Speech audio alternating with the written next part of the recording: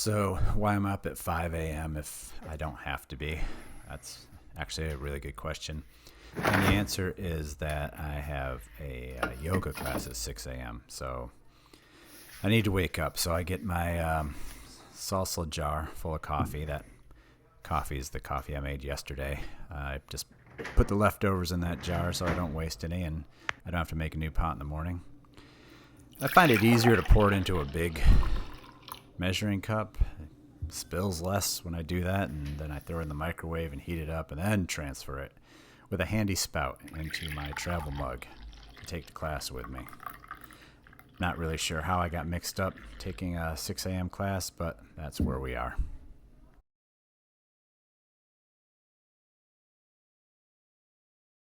All right, here at Winn-Dixie, as early as I could get here to see if I can get that 99-cent chicken thigh deal. I should mention this is not sponsored by Winn-Dixie. Heyo, got the last one. Everything else is drumsticks.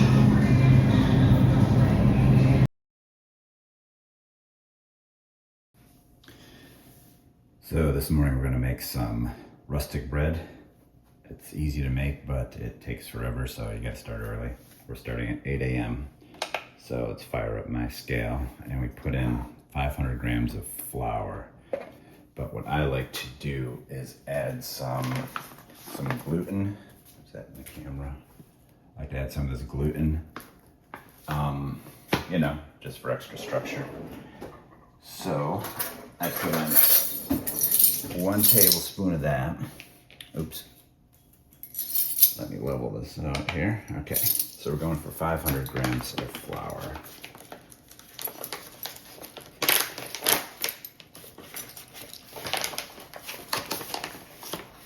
So, our gluten, and then we scoop in 500 grams, and you're like, Tom, how come we just don't use cups or something more American than the metric system? Because it's so much easier just to weigh it out, then you don't have to measure things. You just throw the flour in until it's done. Oh, I'm running out of flour. Will I make it?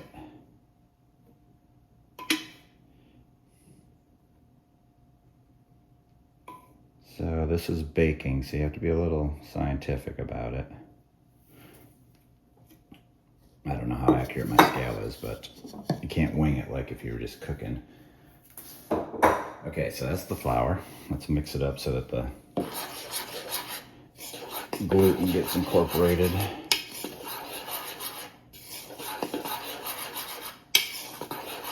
All right, the other thing you need is water. There's actually 4 ingredients. I guess I should have led with that. There's 4 ingredients in this: salt, yeast, flour, and water. So I need 360 grams of warm water. I've already warmed this up to 100 degrees or so. So I shoot between 90 and 110 degrees. And I need 360.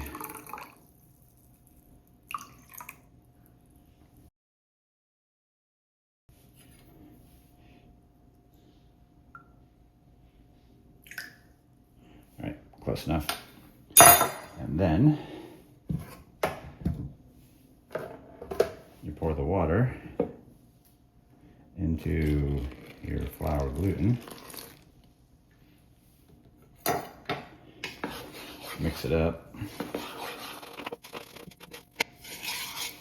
So they describe this in the cookbooks as shaggy dough, I guess, because it's just, from the texture.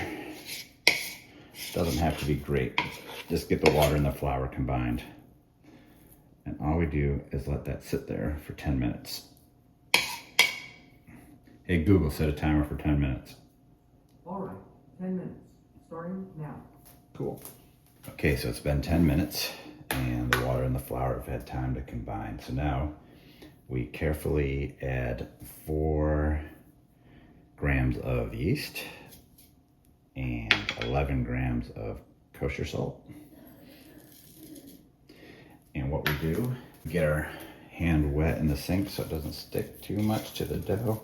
And then we just mush it around, incorporating the salt and yeast as best we can. That's pretty good. And look, the dough's starting to actually look like dough. So, like I said, this takes forever. So what we do now is we let this rest for 20 minutes. Hey Google, set a timer for 20 minutes. Okay, 20 minutes. Starting now. Well, it's been 20 minutes, so we have to do the first fold. Hope you can hear me over all the yard work going on out there. Not my yard guys, neighbor's yard guys. I'm unemployed. So anyway, first fold. So what you do is you grab an edge and you pull it as far as you can and fold it over. So you do north, south, east, west.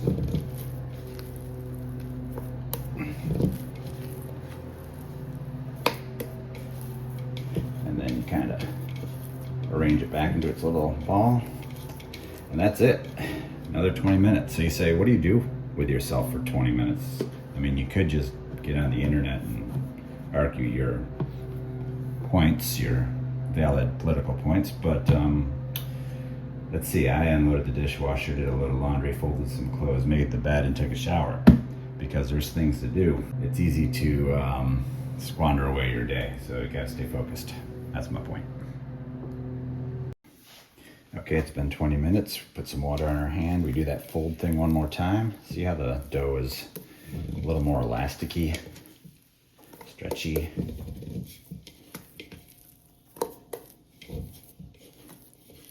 So we do all sides. Get my hand a little.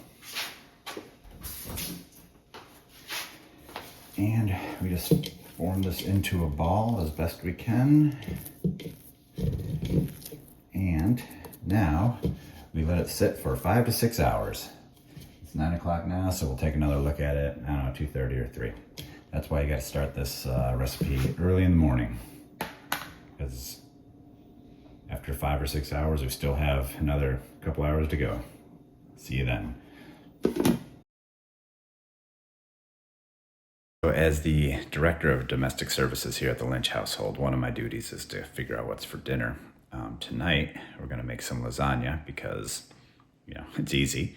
I have two 23-year-old sons who need to eat, and lasagna is very filling. And also I have this Aldi pork sausage that I was going to make biscuits and gravy with, but I haven't gotten around to it, so I better use it up for something else.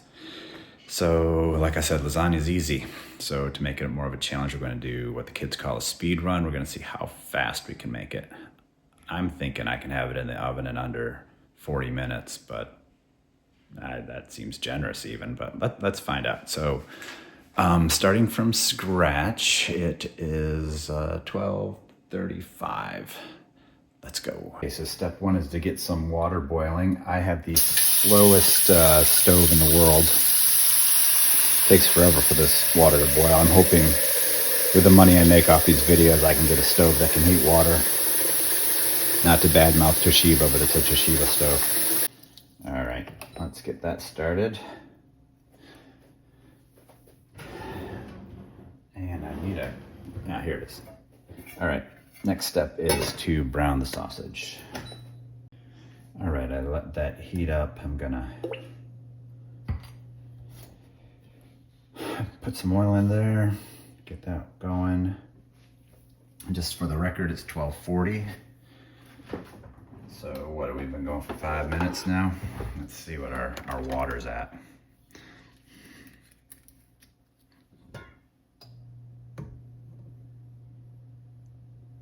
Oh, we made it to 100 degrees.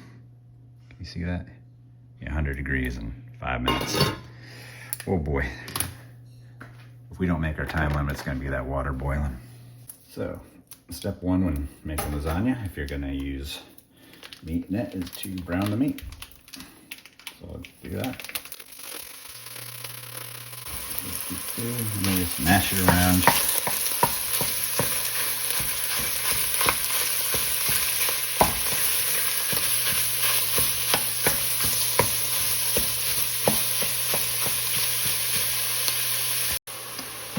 We're getting there.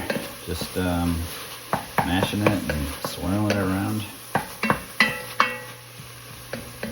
Almost done. Okay, that's cooked. So let's transfer that out of this container. So we're gonna cook the onions and whatnot in this greasy container, but I haven't even chopped them up yet, so let's get started on that. Well, let's check our water temperature.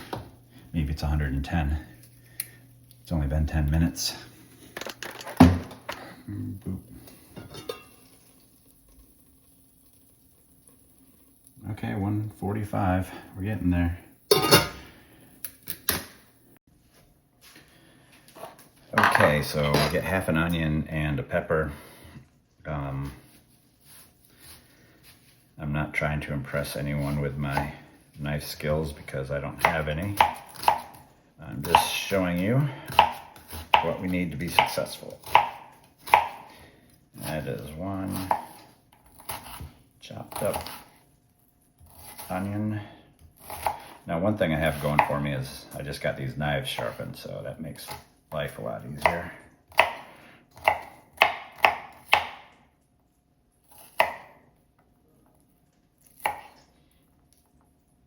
All right.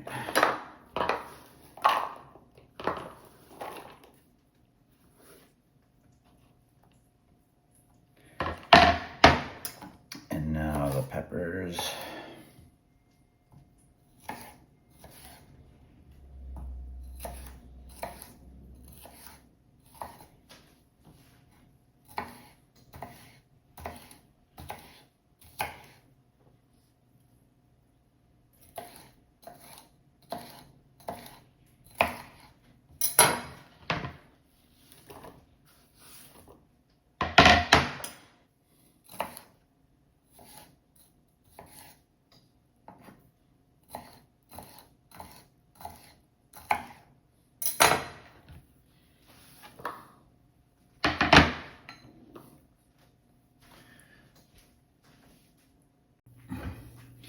Let's see if I can get a little bit of this grease in there. You get our peppers and onions cooking. It is 12:48 for those of you keeping track of time. We'll let these cook for a few minutes. How's our water doing? We see bubbles. That's a good sign. Close to boiling. You can do it, stove. I know you can. Maybe I should have made those smaller.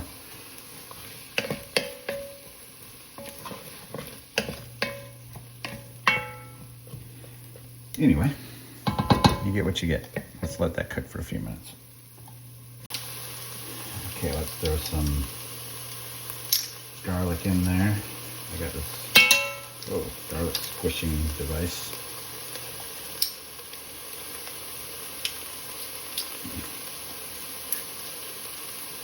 And it asks for 2 cloves, but let's get crazy. Okay.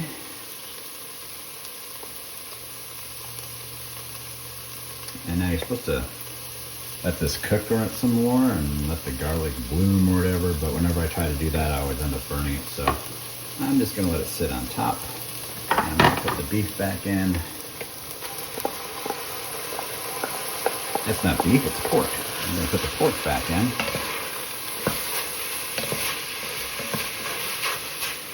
Let that get all mixed up.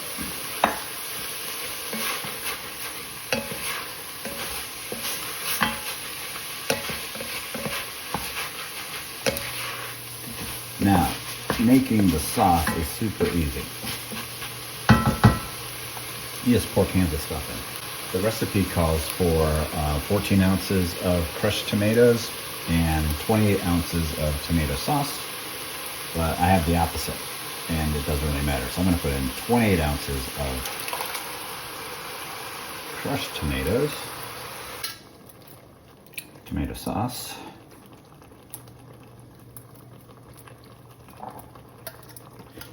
we try not to waste stuff here. So scrape every bit we can out. Oh, it sounds like the water's boiling. That's exciting. And then this is a tomato paste, so it says 3 ounces, so about half the can. That's about half the can.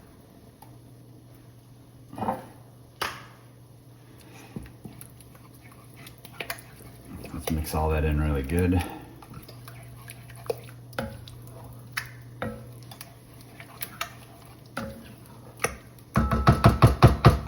Okay, it's 12:54. We're 19 minutes into this.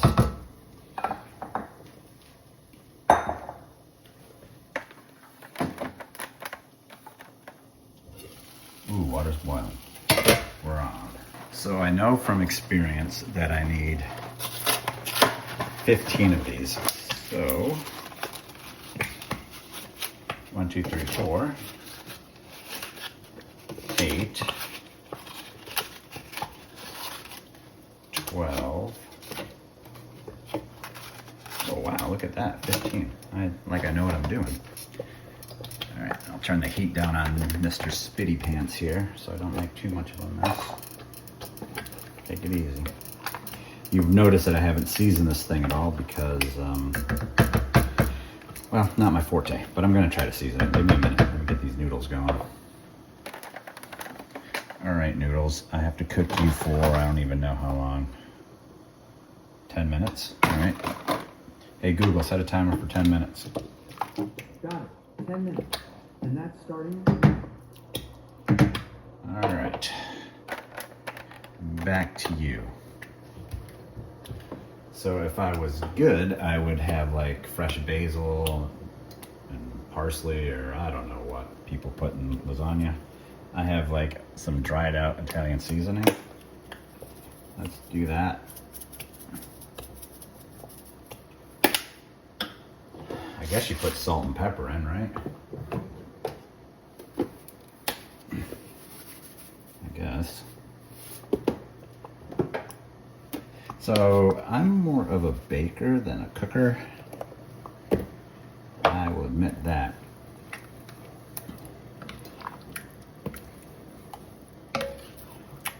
Might have to call my wife down here to help with the seasoning.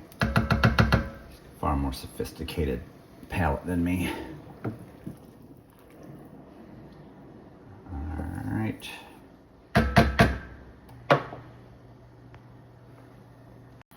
Oh, I forgot one of the fun things we put in here. Red wine vinegar. Put a tablespoon of that. It also says to put sugar in here. I'm not quite sure why, but I don't think you can go wrong with sugar. So let's put some sugar in.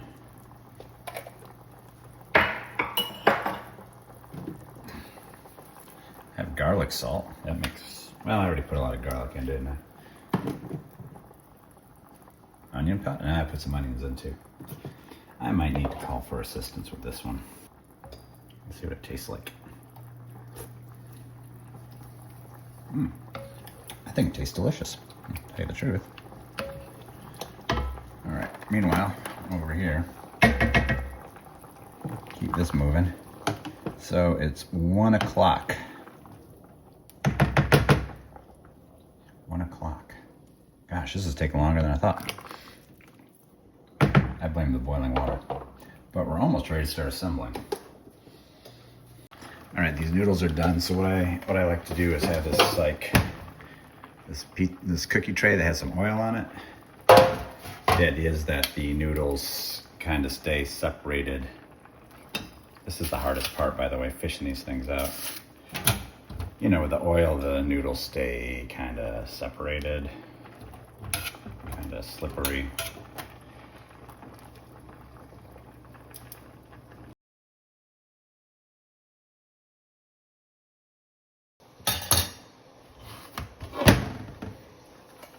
Okay, it's 1:07, but we're finally ready to start assembly. So sometimes people get confused about the order. It's not super tricky. You put down some sauce at the bottom. Now I have a really big container here.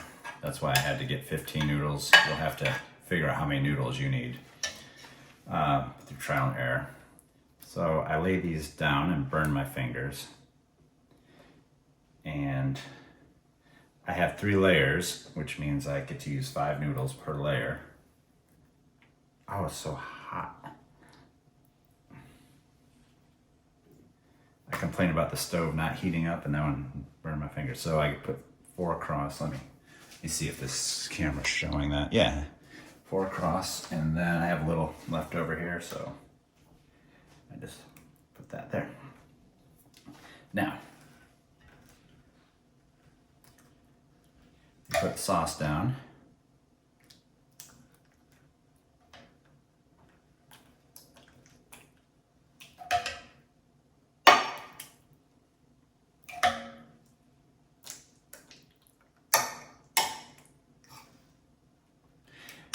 Let me show you a pro trick. So they sell this at Aldi. Rather than sprinkling cheese down, you can just lay it out like this. Check it out. Put down 6 slices of mozzarella.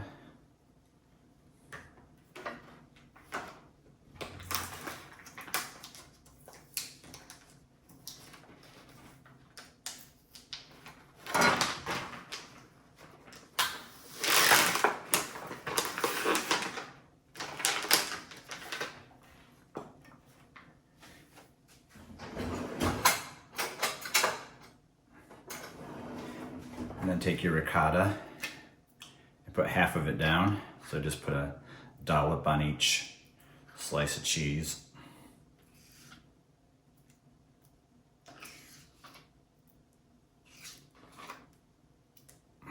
There you go. And then you can use your like sauce spoon, which is hot. Everything's hot, so this cheese will melt a little bit. You can mush it around. And then you put the Parmesan on.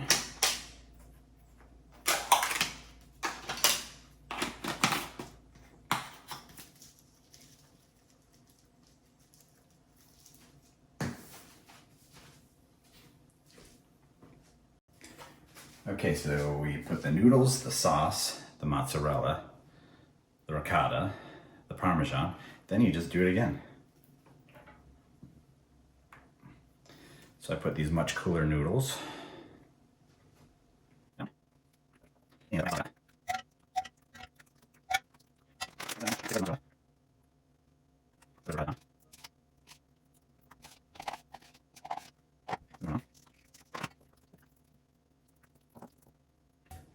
That's it.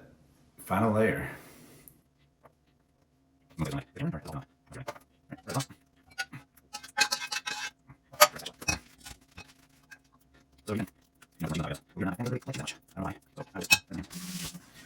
a token amount of Parmesan on. And we're done. How long did it take us?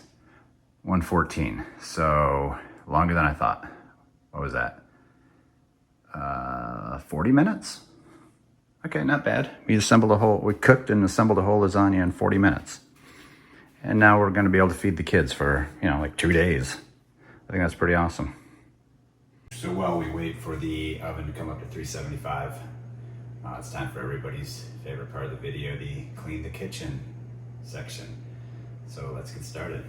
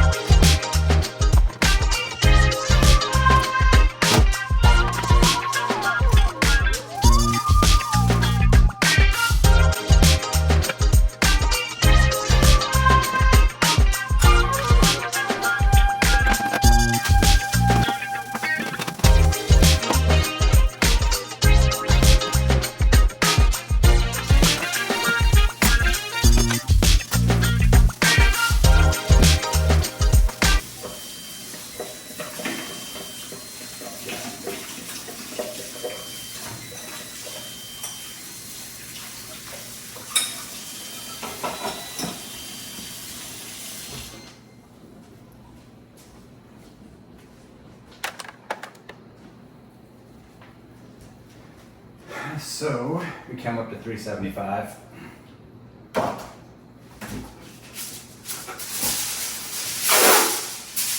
Just tent that with some aluminum foil. Put it in a cookie tray so it's easier to move around.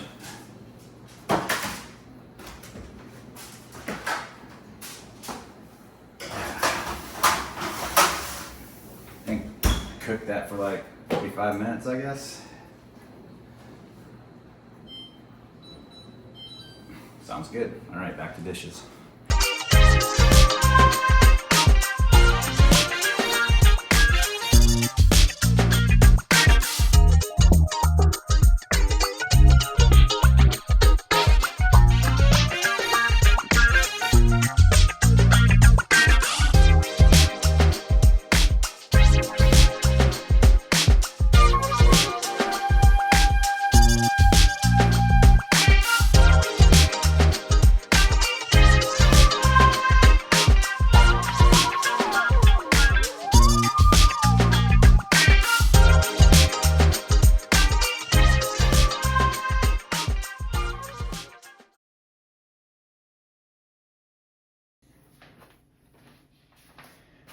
Okay, well, it's 6 hours later.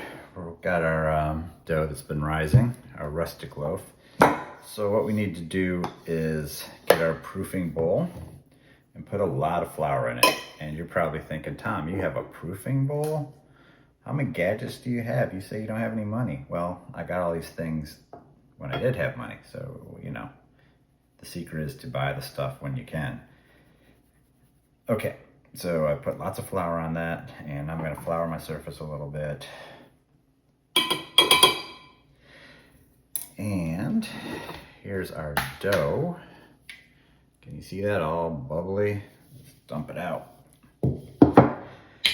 Now, just like when we first started, we kind of just folded the dough over. We really don't have to knead this dough any. We just have to do that fold it over trick. So I'm going to stretch it and fold it over. Stretch it and fold it over. Stretch it and fold it over. So we did it north, south, east, and west. And now we have kind of a ball. Here's a trick that my friend Benode showed me, the one who bought me the coffee grinder out back.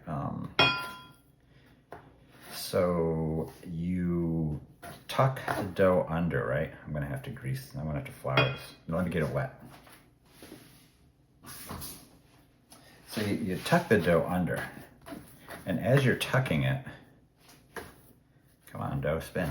As you're tucking it, what it does is it makes the surface tense. It's like you're pulling it under, right? So, hold on one second.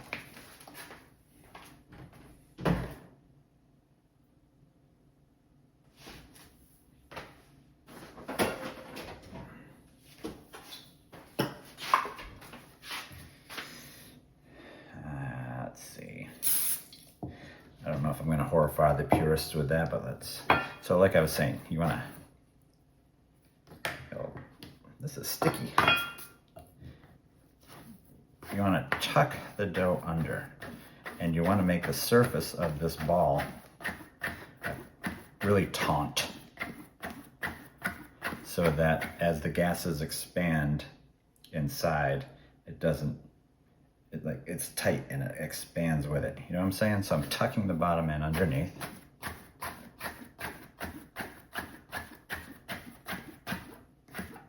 And there I have a nice ball. Then I take my proofing bowl and I carefully scoop that in there. That did not go so well because it's way too sticky. So don't be like me. You don't really want to break that surface tension that you have, which I just did, but whatever, what's done is done. So now we've let it rise for 6 hours at this point, right? We got to give it 1 more hour. So I'll just cover this with a towel and we will let it rise again.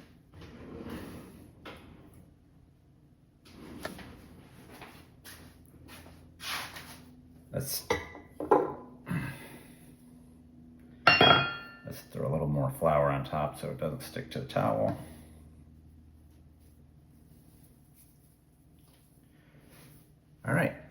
we go. One more hour.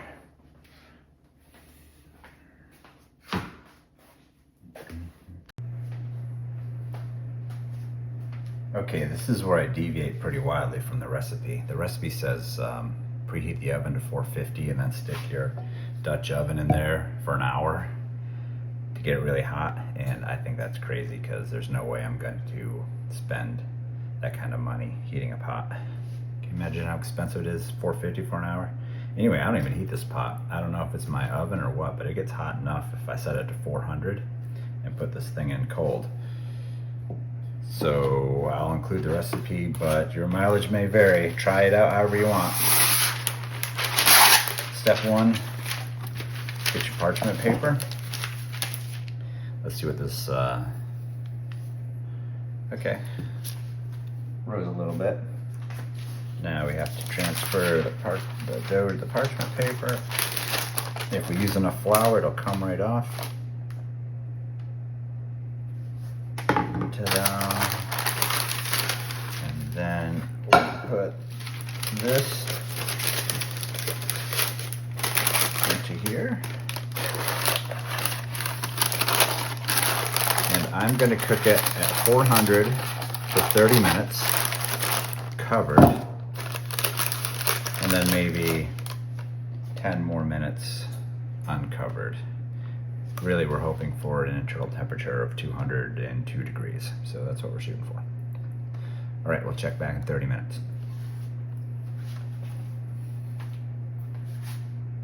It's been 30 minutes. Let's see where we are with this bread. Ooh, it's looking good, but it could get a little browner on top, so I'm gonna take the lid off. Let it cook 10 more minutes. It's looking sharp. I let it go another 10 minutes with the cover off. Now we're shooting for a temperature of 202, which I know seems kind of precise, but that's what the answer is. So let's see how good I am at this game.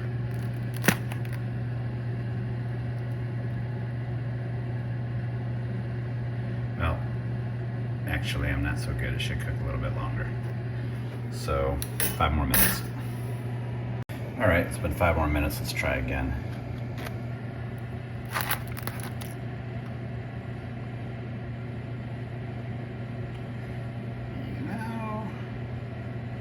Honestly, I think that's good. I mean, it looks good. 202. Yeah. Let's go with that. So, what you want to do now is turn the oven off, and you want to put it on a wire rack and let it cool off there. And you have to let it cool off or else it's going to be gummy inside. Now, your family's all going to be like, nom, nom, nom, give me some of this bread. But no, everybody has to be patient. So you can probably imagine I just grabbed the paper, the parchment paper, and lifted it out. So that's really hot, and that's a hazard, so a smart person might put it back in the stove, but I'll just put these gloves on there, and, you know, hopefully that'll warn people not to touch it. And we're done. Check it out. It's quite lovely. Easy to do, it just takes a long time. If the way I seasoned the lasagna or the fact I used sliced mozzarella cheese would have sent your poor Italian grandmother into an early grave, just tell me all about it in the comments below. If you would like to know what really happened at ViStar in the spring of 2022, then if I get to 1,000 subscribers, I'll let you know. All right, catch you next time.